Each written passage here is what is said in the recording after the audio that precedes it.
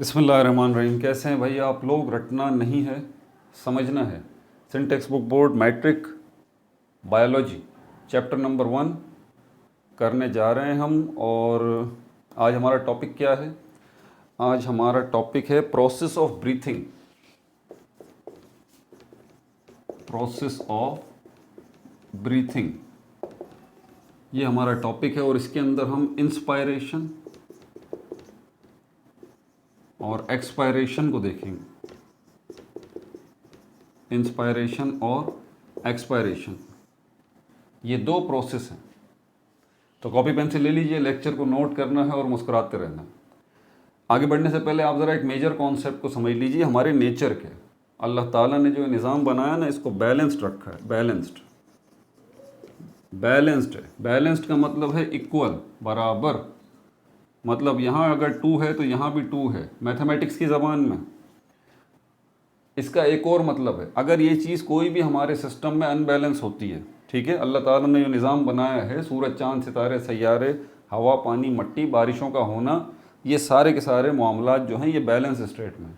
कहीं गड़बड़ होती है ना तो फिर दूसरी चीज़ें खुद ब खुद उसको सेट करने की कोशिश करती हैं। मुश्किल लग रहा है, आसान करता हूँ। मिसाल के तौर पर आप देखें, एयर प्रेशर है। एयर प्रेशर है, कहाँ ये एयर प्रेशर?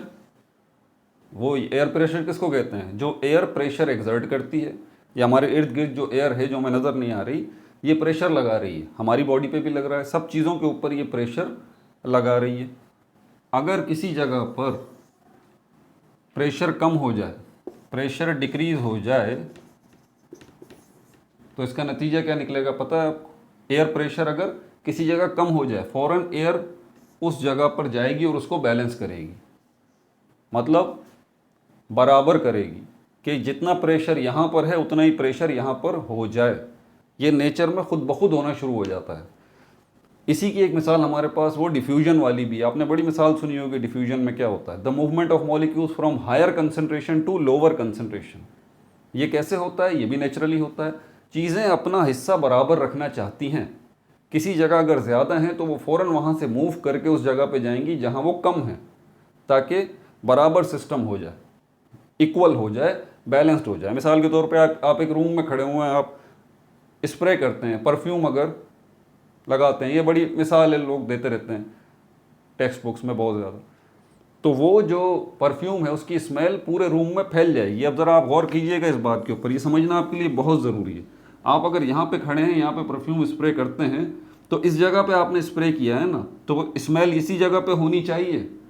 लेकिन थोड़ी देर बाद आप यहाँ खड़े हुए हैं, जो यहाँ खड़ा हुआ है, जो यहाँ खड़ा हुआ है, रूम में किसी भी जगह खड़ा हुआ है, सबको वो स्मेल फील होती है। अगर परफ्यूम की स्मेल यहाँ आपने की है तो उसको यहीं रहना चाहिए, लेकिन परफ्यूम जो है वो यहाँ पर रुक नहीं रहा, बल्कि वो आगे जा रहा है, यहाँ भी जा रहा है, यहाँ भी जा रहा है, यहाँ भी जा रहा है। क्यों जा रहा है? It naturally happens. हमारी नेचर में अल्लाह ताला ने जो निज़ाम बनाया, फ़ौरन चीज़ें हरकत करती हैं ज़्यादा मिकदार से कम मिकदार की तरफ। जब तक परफ्यूम के मॉलिक्यूल्स की हरकत जारी रहेगी, जब तक यहाँ पर भी परफ्यूम के मॉलिक्यूल्स उतने ही हो जाएंगे, यहाँ पर भी उतने ही हो जाएंगे, यहाँ पर भी उतने ही हो जाएंगे। मिसाल के तौर पर अगर यहाँ पर 100 मॉलिक्यूल्स हैं, आपने स्प्रे किए हैं परफ्यूम के, तो ये 100 मॉलिक्यूल्स यहाँ रुकेंगे नहीं, ये यहाँ पर आएंगे, यहाँ पर भी जाएंगे, यहाँ पर भी जाएंगे, और कितने कितने हो जाएंगे। मिसाल के तौर पर यहाँ पर 25 आ जाएंगे, यहाँ पर भी 25 हो जाएंगे, यहाँ पर भी 25 हो जाएंगे, यहाँ पर भी 25 हो जाएंगे। ये 4 कॉर्नर्स हो गए आपके रूम के। बताने का मकसद ये है कि परफ्यूम की मूवमेंट जब तक जारी रहेगी, जब तक परफ्यूम के मॉलिक्यूल्स इक्वली डिवाइड नहीं हो जाते पूरे रूम में। समझ में आ गई बात आपको? इसी को कहते हैं diffusion, the movement of molecules from higher concentration. जहाँ ज़्यादा मिकदार में हो वहाँ से मूव करेंगे, कहाँ जाएंगे? जहाँ कम मिकदार है। यहाँ ज़्यादा मिकदार थी, यहाँ थे ही नहीं, ठीक है, तो यहाँ से फ़ौरन ये मूव करेंगे। और ये मूवमेंट जब तक चलती रहेगी जब तक इक्वली डिस्ट्रीब्यूशन नहीं हो जाती इन मॉलिक्यूल्स की पूरे रूम में। जस्ट लाइक एयर प्रेशर अगर किसी जगह पर है, दूसरी जगह पर एयर प्रेशर कम है, तो क्या होगा? फ़ौरन एयर जो है वो इस जगह से यहाँ पर एयर की मूवमेंट शुरू हो जाएगी। समझ में आ रही है बात? हमारी अर्थ पे जो हवा चलती है ना, हवा चलने की वजह पता है क्या है आपको? यही वजह है, क्योंकि किसी जगह पर जैसे ही एयर प्रेशर कम होता है, एयर प्रेशर किसी भी जगह पर किसी भी वजह से एयर प्रेशर जो है वो कम होता है, तो सराउंडिंग की जो एयर है, दूसरे साइड की जो एयर है जहाँ पर एयर प्रेशर ज़्यादा है, देखें कुदरती तौर पे ज़्यादा हो जाएगा ना। अगर यहाँ पर एयर प्रेशर किसी वजह से कम हो गया तो यहाँ पे जो एयर प्रेशर है वो कुदरती तौर पे ज़्यादा हो गया। आप दो दोस्त हैं, आप दोनों के पास 10-10 रुपये हैं, एक दोस्त के पास जो है वो 2 रुपये कम हो जाते हैं, उसके पास 8 रुपये बच जाते हैं, तो नेचुरली आप जो हैं आपके पास पैसे ज़्यादा हो जाएंगे। हालांकि आपने कोई इजाफी पैसे तो जेब में नहीं डाले ना, अब भी आपके पास 10 ही रुपये हैं, लेकिन क्योंकि दूसरे दोस्त के पास 10 के बजाय 8 रुपये रह गए हैं तो नेचुरली आपके पास पैसे ज़्यादा हो गए। हालांकि आपने कोई इजाफी पैसे जेब में नहीं डाले, अब भी आपके पास 10 ही रुपये हैं। एग्जैक्टली यही कॉन्सेप्ट यहाँ पर है। जो हवा हमारी चल रही है पूरे हमारी अर्थ पे, वो इसी वजह से चल रही है क्योंकि कहीं पर एयर प्रेशर अगर कम हो जाता है तो दूसरे इलाके की एयर फ़ौरन उस जगह पर रश करेगी, जाएगी। किस लिए? ताकि एयर प्रेशर बैलेंस हो जाए। जितना एयर प्रेशर यहाँ है उतना एयर प्रेशर यहाँ भी बैलेंस हो जाए। तो हमारी अर्थ पर मुख्तलिफ जगहों पर एयर प्रेशर कम होता रहता है, उस वजह से एयर जो है वो चलती रहती है ताकि एयर प्रेशर जो है वो बैलेंस हो जाए। समझ में आ रही है बात आपको ये? और अल्लाह ताला ने जो हमारी एटमॉस्फेयर के अंदर सिस्टम रखा है ना हवा का, हवा के चलने का, उसमें अल्लाह ताला ने जगह जगह एयर प्रेशर को कम कम रख दिया है और ऐसा सिस्टम बनाया है कि दूसरी जगह की एयर फ़ौरन उस जगह पे जाती है तो फिर तीसरी जगह की एयर कम हो जाती है, फिर चौथी जगह की एयर उस तीसरी जगह पे जाती है तो चौथी जगह की एयर कम हो जाती है। इस तरह ये साइकिल जो है एयर का वो चलता रहता है। एक जगह से एयर कम होती है दूसरी जगह पे जाती है तो नेचुरली उस जगह पर कोई ऐसा प्रोसेस होता है कि वहाँ का एयर प्रेशर कम हो जाता है, तो दूसरी जगह की एयर वहाँ पर आके उसको बैलेंस करने की कोशिश करती है। मेरे ख्याल में अब आपको ये बैलेंस का कॉन्सेप्ट जो है वो समझ में आ गया होगा। इस प्रोसेस ऑफ ब्रीथिंग को समझने के लिए, इंस्पायरेशन और एक्सपायरेशन को समझने के लिए इस चीज़ का समझना आपके लिए बेहद ज़रूरी है क्योंकि इसमें भी एयर प्रेशर का ही किरदार है। अब सवाल इस चीज़ की तरफ उठता है, किस चीज़ की तरफ, कि आप जो सांस लेते हैं, आप जो सांस लेते हैं वो कैसे लेते हैं। पहले दो हिस्से बना लेते हैं हम। कैसे? दो हिस्से बना लेते हैं। कौन से दो हिस्से हैं? Outside of your body, outside of body और inside of body, inside of your body. हमारे जिस्म के बाहर जो एयर है वहां पर भी एयर प्रेशर है, एयर है तो एयर का प्रेशर भी होगा, ठीक है। अब रह गया इनसाइड ऑफ आवर बॉडी, हमारी बॉडी के अंदर। हमारी बॉडी के अंदर क्या है ये देखिए, मैंने आपको बताया ये जो एयर अंदर जा रही है ना, एयर अंदर जा रही है। अब थोड़ा सा गौर कीजिए, यही लम्हा है आपके समझने के लिए। ये जो आप एयर अंदर ले रहे हैं तो एयर जब तक नहीं जाएगी जब तक अनबैलेंस सिस्टम ना हो।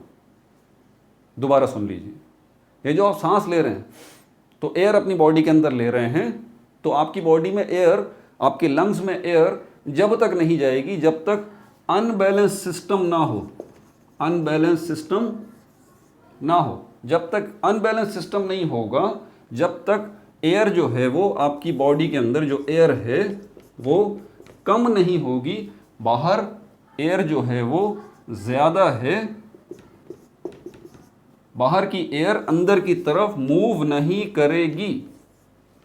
समझ में आ रही है बात आपको? बाहर एयर ज़्यादा है, हमारी बॉडी के बाहर एयर ज़्यादा है, वो एयर अंदर की तरफ आपके लंग्स की तरफ मूव नहीं करेगी जब तक अनबैलेंस सिस्टम ना हो। मतलब आपकी बॉडी के अंदर जो एयर है वो कम ना हो, जब तक ये बाहर की एयर आपकी बॉडी के अंदर जो है वो एयर मूव नहीं करेगी। समझ में आ गई ये बात? अब सवाल ये पैदा होता है कि आपकी बॉडी के अंदर जो एयर है वो कम कैसे हो सकती है, वो कम कैसे हो सकती है? क्योंकि एक बात अब आपको समझ में आ गई कि हम जो ये सांस ले रहे हैं ये जब भी मुमकिन हो रहा है जब आपकी बॉडी के अंदर, लंग्स के अंदर एयर कम हो रही है। इसीलिए बाहर की एयर फौरन आपकी बॉडी के, आपकी लंग्स के अंदर जा रही है। अब ये कम हो कैसे रहा है, इसको ज़रा समझना है। इसके लिए आपको एक वर्ड को समझना पड़ेगा जिसको कहते हैं वॉल्यूम। वॉल्यूम का मतलब साइज। इस वॉल्यूम या साइज का एयर प्रेशर के साथ बड़ा गहरा ताल्लुक है। एयर प्रेशर के साथ, एयर प्रेशर के साथ गहरा ताल्लुक है। एयर प्रेशर हो वो ज़्यादा कब होता है? जब जगह तंग होती है। और एयर प्रेशर कम कब होता है? जब जगह बढ़ जाती है। इसको ज़रा समझिएगा, दोबारा रिपीट कर रहा हूँ। एयर प्रेशर जो है वो, एयर प्रेशर ये ज़्यादा कब होता है? एयर प्रेशर बढ़ता कब है? जब जगह कम हो जाती है। जगह कम होगी तो वहाँ पर एयर प्रेशर बढ़ जाएगा। और एयर प्रेशर कम कब होता है? जब जो जगह है वो क्या हो जाएगी? वो ज़्यादा हो जाएगी। अब ये जगह का मतलब यहाँ पर क्या है? जगह का मतलब है वॉल्यूम या साइज़। तो आप जो सांस ले रहे हैं उसमें ज़रा आप फील करें, ठीक है? मैं अभी देखें यहाँ पर सांस लूँगा, क्या हो रहा है? जगह बढ़ रही है ना। मेरा चेस्ट देखा आपने, बाहर की तरफ आया, जगह बढ़ी है। अब थोड़ा सा गौर कीजिएगा, थोड़ा सा और कीजिएगा। दोबारा लेता हूँ, जगह बढ़ी है मतलब मेरा चेस्ट का जो वॉल्यूम है वो बड़ा है। चेस्ट का जो वॉल्यूम है जो वो बड़ा है। डेफिनेटली जैसे ही मेरे चेस्ट का वॉल्यूम बढ़ेगा, चेस्ट के अंदर जो एयर है उसका जो प्रेशर है वो क्या हो जाएगा? वो कम हो जाएगा। जैसे ही मेरे चेस्ट का वॉल्यूम जो है वो बढ़ेगा, मेरे चेस्ट के अंदर लंग्स में जो एयर है पहले से मौजूद, तो क्या होगा? उसका प्रेशर जो है कम हो जाएगा। समझ में आई बात आपको? अब क्या होगा? जैसे ही ये काम होगा कि मेरे चेस्ट का जो वॉल्यूम बढ़ेगा और मेरे चेस्ट के अंदर जो एयर है उसका एयर प्रेशर कम होगा, अल्टीमेटली बाहर की जो एयर है वो फ़ौरन क्या करेगी? वो फ़ौरन रश करेगी, फ़ौरन मूव करेगी। कहाँ जाएगी? फ़ौरन एटमॉस्फेयर से बाहर से आपके चेस्ट के अंदर जाएगी, जैसे कि ये अभी जा रही है, देखें। अब यहाँ पर एक बात समझने वाली है। अब आपको ये तो पता लग गया कि हाँ, एयर हमारे लंग्स में क्यों जा रही है, क्योंकि हमारे लंग्स का वॉल्यूम बढ़ रहा है और वॉल्यूम बढ़ने की वजह से हमारे लंग्स के अंदर जो एयर है उसका एयर प्रेशर कम हो रहा है। और एयर प्रेशर बैलेंस करने के लिए बाहर जो ज़्यादा एयर प्रेशर है वो फ़ौरन एयर अंदर की तरफ मूव कर रही है। इस वजह से एयर हमारे लंग्स में जा रही है, ठीक है? थोड़ा मुश्किल कॉन्सेप्ट था, लेकिन अगर अभी भी थोड़ा सी समझ में नहीं आई तो वीडियो को दोबारा बैक करें। ये बड़ा मुश्किल कॉन्सेप्ट है, आसान नहीं है, लेकिन इसको समझना ज़रूरी है। अब एक बात तो हमें समझ में आ गई। अब यहाँ पर क्वेश्चन अराइज होता है फ़ौरन हमारे जहन में कि एयर की मूवमेंट का ताल्लुक, ये जो आपकी एयर मूव हुई है ना, जो बाहर से एयर आपके लंग्स में आई है, इसको कहते हैं इंस्पायरेशन। इंस्पायरेशन, जो आप बाहर की एयर अंदर की तरफ ले रहे हैं, ये क्या है? ये इंस्पायरेशन है। और एक्सपायरेशन क्या है? वो एयर जो कि आपकी बॉडी से बाहर निकल रही है। अंदर इंस्पायरेशन, एक्सपायरेशन बाहर, बाहर।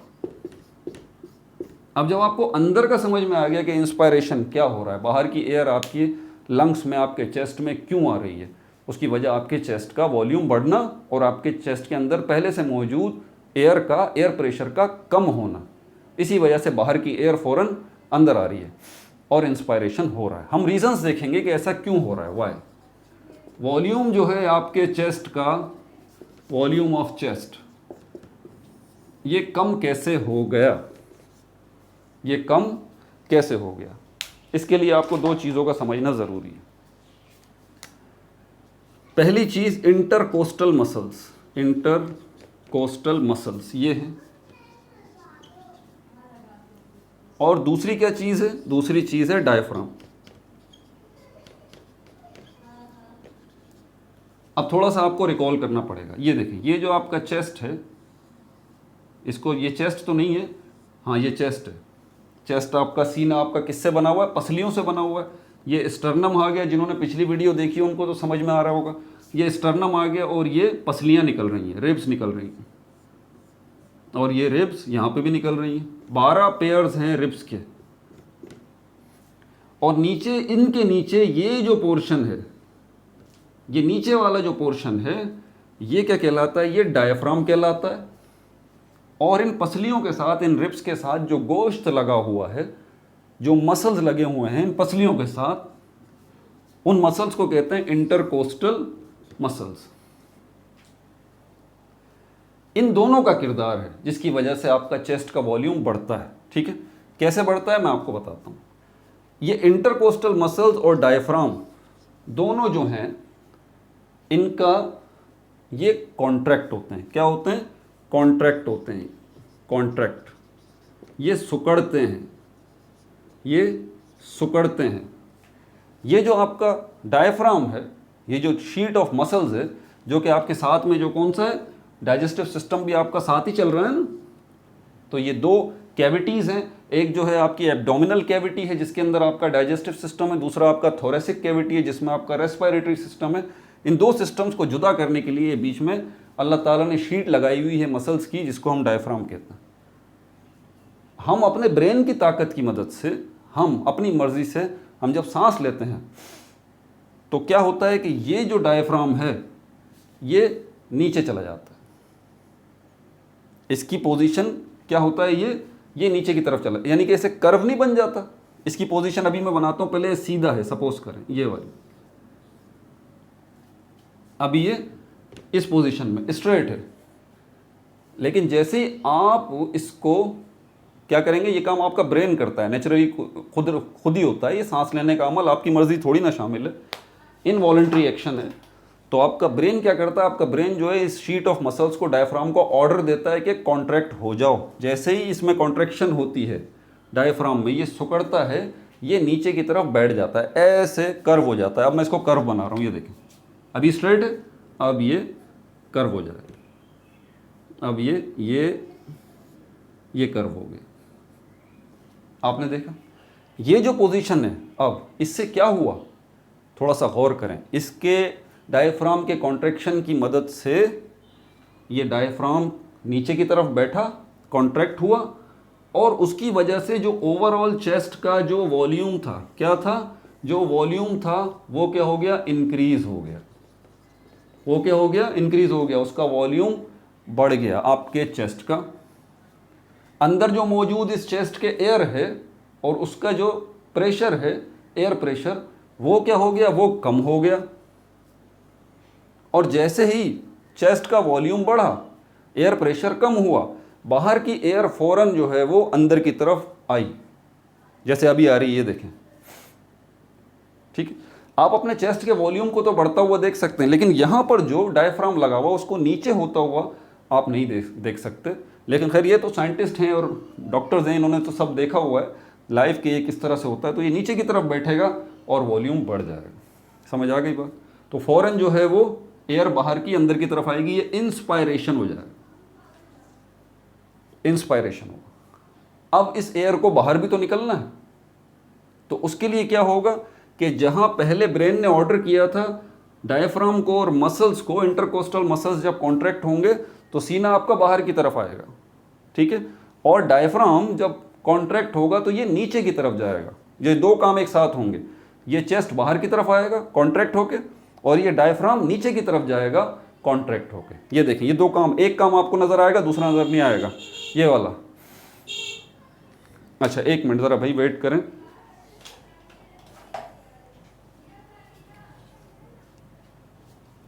बस वीडियो यहीं ख़त्म करते हैं, डोर पे आ गए हैं कुछ। ठीक है, बस यही था। इसके बाद मैं ये बता दूं, एक्सपायरेशन का प्रोसेस इसके उलट है, बिल्कुल उसी तरह कि जैसे ही आपके मसल्स अब रिलैक्स होंगे, क्या होंगे जल्दी से बता दूं, रिलैक्स होंगे। क्या होंगे? रिलैक्स होंगे। पहले कॉन्ट्रैक्ट हुए, वॉल्यूम बढ़ गया, जैसे ही ये डायफ्राम और ये इंटरकोस्टल मसल्स रिलैक्स हुए तो क्या हुआ, आपके चेस्ट का वॉल्यूम जो है वो कम हो गया और एयर प्रेशर बढ़ गया यहाँ पर, और फौरन जो एयर है वो बाहर की तरफ मूव कर रही है। अपना बहुत ज़्यादा ख्याल रखिएगा। आई होप आपको ये समझ में आया होगा। No like, no subscribe, only share.